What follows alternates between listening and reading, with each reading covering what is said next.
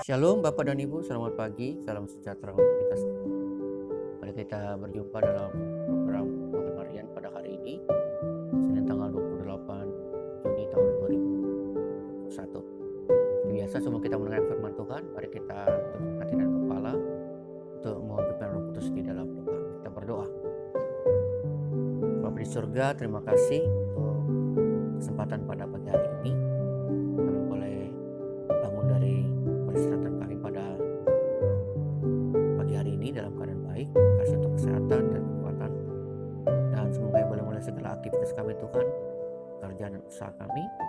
Kami ingin menekankan firman Tuhan yang boleh menjadi kekuatan dan hiburan dalam kehidupan kami. Bersabdalah Tuhan kepada kami semua, kami sedia untuk mendengarkannya. Di dalam nama Tuhan kami Yesus Kristus kami sudah berdoa. Amin. Baik Bapak dan Ibu yang terkasih, firman Tuhan yang akan kita baca pada pagi hari ini dalam Renungan Harian terambil dari Injil Markus pasal yang kelima. Kita akan baca dari ayat yang ke-22 sampai dengan ayat yang ke-27. Injil Markus pasal yang kelima ayat 22 sampai dengan 27. Demikian firman Tuhan itu untuk kita dengarkan bersama. Datanglah seorang kepala rumah ibadat yang bernama Yairus. Ketika ia melihat Yesus, tersungkurlah ia di depan kakinya dan memohon dengan sangat kepadanya, "Anakku perempuan sedang sakit, hampir mati. Datanglah kiranya dan letakkanlah tanganmu atasnya, supaya ia selamat dan tetap hidup." Lalu pergilah Yesus dengan orang itu. Orang banyak berbondong-bondong mengikuti dia dan berdesak-desakan di dekatnya. Adalah di situ seorang perempuan yang sudah 12 tahun namanya menderita pendarahan, yang telah berulang-ulang diobati oleh berbagai tabib sehingga telah dihabiskannya semua yang ada padanya. Namun sama sekali tidak ada faedahnya, malah sebaliknya keadaannya makin memburuk. Dia sudah mendengar berita tentang Yesus, maka di tengah-tengah orang banyak itu yang mendekati Yesus dari belakang dan menjamah jubahnya.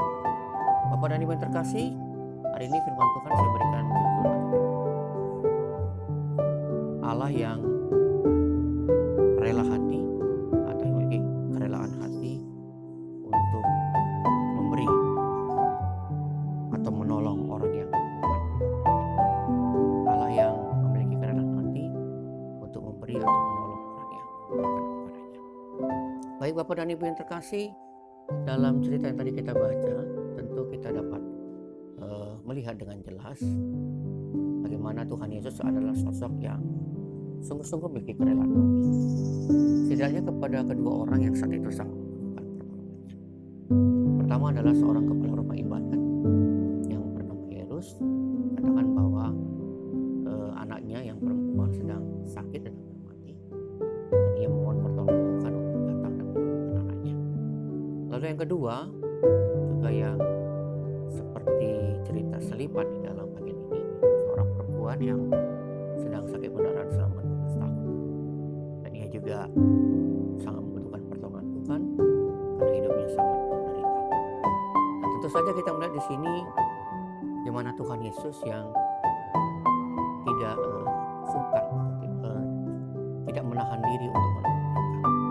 Dia tampil seperti seorang bapa atau seorang ibu yang sangat peduli terhadap anak-anak yang membutuhkan pertolongannya.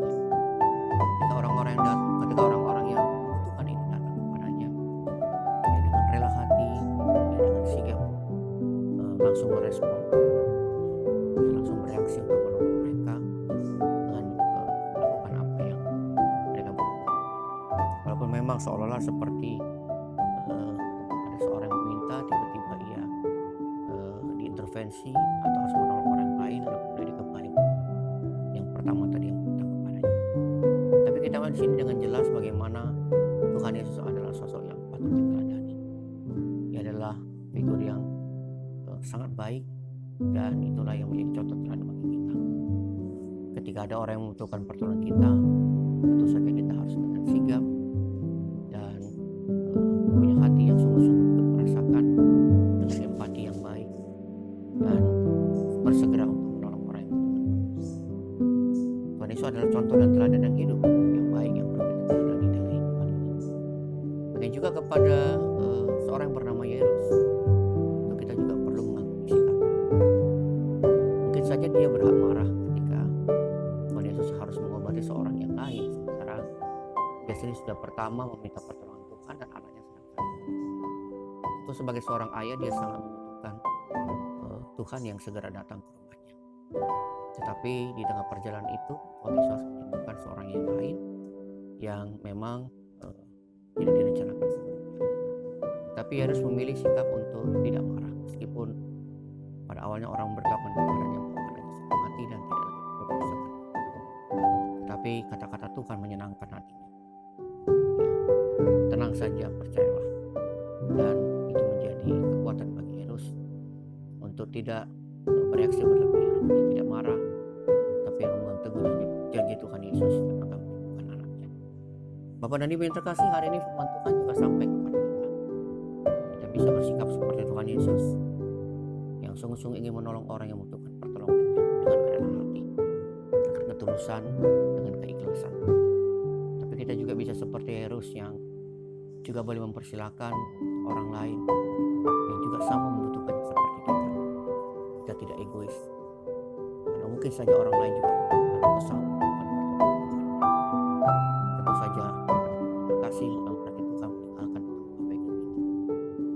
Pada saatnya waktu Tuhan yang terindah, Tuhan juga akan menolong kita memberikan apa yang kita butuhkan. Dan firman Tuhan pada hari ini sungguh-sungguh dapat kita pahami dengan baik dan dapat kita lakukan dalam kehidupan kita setiap hari.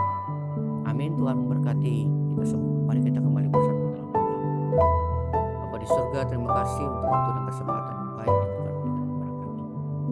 Kami percaya Engkau yang telah berkata-kata di depan kami. Engkau telah memberitakan firman-Mu Tuhan, Engkau boleh menjadi kekuatan dalam kehidupan kami. Kami serahkan ya Tuhan ke dalam tangan-Mu agar kami dapat boleh berlaku seperti Tuhan yang memiliki kerelaan hati untuk boleh menjadi penolong bagi sesama yang membutuhkan. Kami sadar ya Tuhan, di kiri kanan kami, di sekitar kami saat ini ada banyak orang yang membutuhkan pertolongan. Bagi kami sebagai alat untuk boleh menjadi penolong bagi mereka.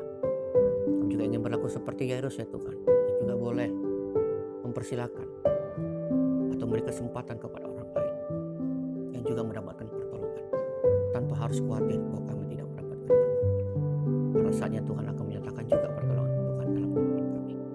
Berkati kami di sepanjang hari ini Tuhan, berkati pekerjaan usaha yang kami lakukan, berkati setiap hal yang kami kerjakan, berkati juga sanak saudara kami Tuhan yang dalam pemerintahan. Jauhkan kami dari hal-hal yang tidak kami inginkan Tuhan. Terima kasih Bapa, terima kasih bila doa dan syukur kami Tuhan kepada yang kami panjatkan hanya di dalam satu nama, yaitu melalui Tuhan kami Yesus Kristus yang adalah Tuhan dan Juru Selamat kami. Amin. Shalom Bapak Ibu, selamat pagi. Tuhan memberkati kita semua.